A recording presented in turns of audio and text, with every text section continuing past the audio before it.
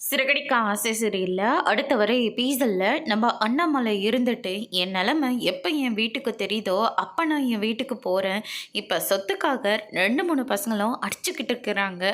இந்த மாதிரி டைமில் நான் வீட்டுக்கு போனால் அது சரியாக வராது. சொத்தை நான் பிரித்து கொடுத்தாலையும் மனோஜ் அதை உடனே அழிச்சிடுவான். அந்த சொத்தை சேர்த்து வைக்க என் அம்மா ரொம்பவே கஷ்டப்பட்டிருக்காங்க அப்படின்னு சொல்லிட்டு அண்ணாமலை சொல்லிக்கிட்டு இருக்காங்க. ஆனால் அந்த சொத்து எல்லாம் மனோஜுக்கு முன்னாடி ஒன்றுமே இல்லைன்னு தோணுது. ஆனால் என் அம்மாவை நினச்சா எனக்கு ரொம்ப கஷ்டமாக இருக்குது அப்படின்னு சொல்லிட்டு அண்ணாமலை ரொம்பவே வருத்தப்பட்டுட்டு இருக்காங்க. பரசு இருந்துட்டு, இங்கே பாரு அண்ணாமலை, நீ வீட்டுக்கு போகலையன்னா கண்டிப்பாக முத்து பழையபடி குடிக்குவேன்.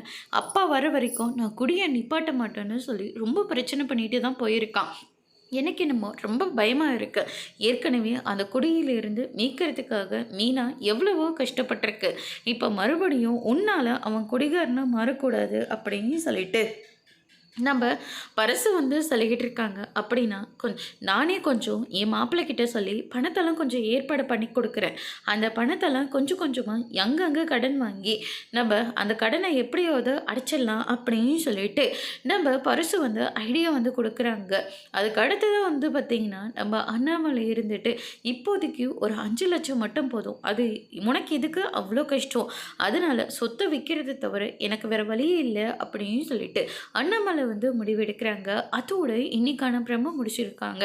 இனி சிறகடிக்க ஆசையில் இந்த கடனை எப்படி அண்ணாமலை அடிக்க போகிறாங்கன்றத வரப்போகிற எபிசோடில் பார்க்கலாம். தேங்க்யூ.